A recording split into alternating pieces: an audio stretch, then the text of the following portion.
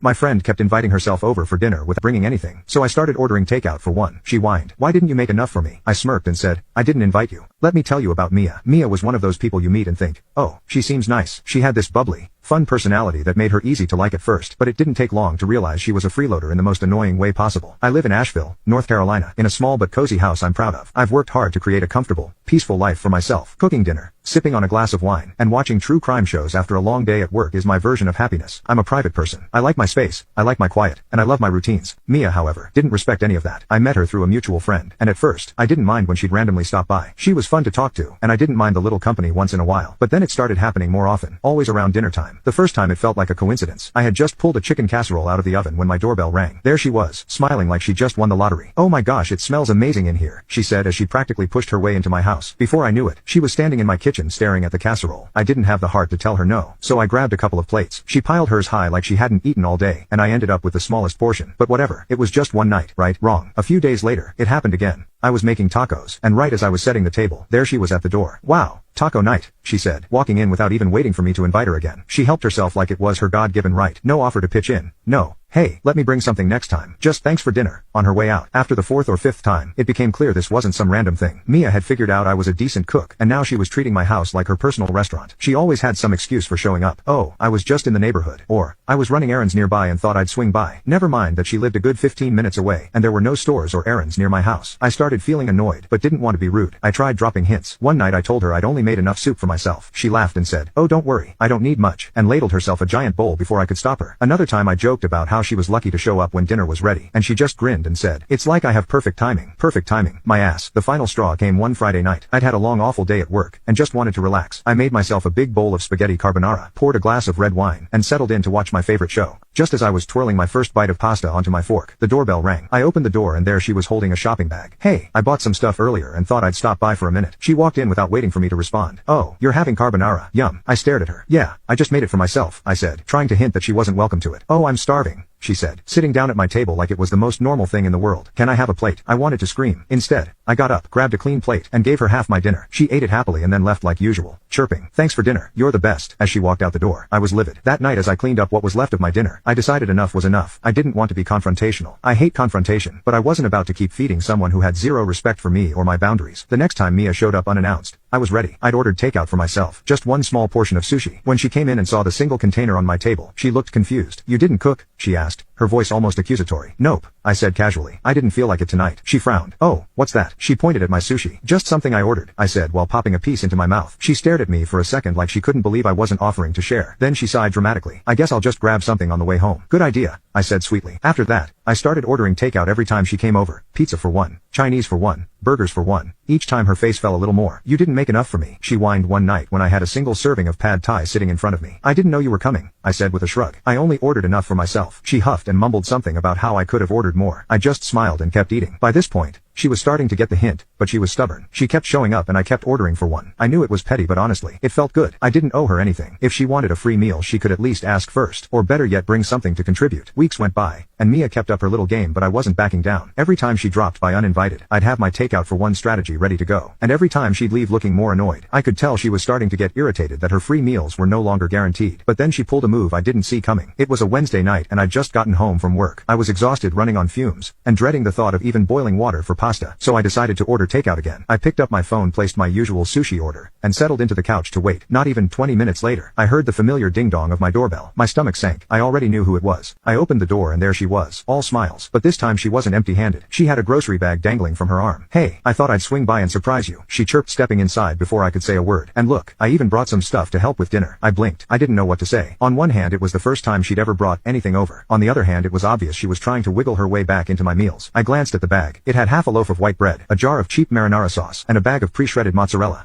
That's nice of you, but I've already ordered takeout, I said, trying to keep my voice neutral. Her face dropped. Oh, she said with her tone flat. Then her smile snapped back into place. Well, that's okay. I can cook this here and we can eat together. She breezed past me into the kitchen, plopping the bag on my counter like she owned the place. Now I was pissed. She wasn't just inviting herself over. She was inviting herself into my kitchen. But instead of exploding, I walked over to the counter, picked up her grocery bag, and handed it back to her. I appreciate the gesture, but I've had a long day and really just want to eat my takeout and relax, I said firmly. She blinked at me, stunned. Are you serious? I brought this all the way over here. I didn't budge. And, I didn't ask you to. For a second she just stood there glaring at me, then huffed snatched the bag out of my hands, and stormed out the door without another word. I thought that would be the end of it. I thought she'd finally gotten the message. But no, Mia wasn't done yet. A few days later while at work when my phone buzzed with a text from Mia, it read, "Hey, what's for dinner tonight? I'm in the mood for something good." I stared at my phone completely dumbfounded. Was she serious? After everything, I didn't even respond. I just put my phone down and went back to work. But then the texts kept coming. Should I bring wine? I can be there by 6. Hello, don't leave me hanging. I didn't reply to any single one. I figured she'd take the hint. But when I got home that evening, guess who was waiting for me on my porch? Yep, Mia. She was sitting on the steps scrolling on her phone like it was the most normal thing in the world. When I got out of my car she looked up and waved. "Hey, I was starting to think you weren't coming home." I didn't even bother hiding my irritation. "What are you doing here?" Mia grinned like we were best friends. "I figured you didn't see my texts, so you can click on share and more to see if there is a part 2.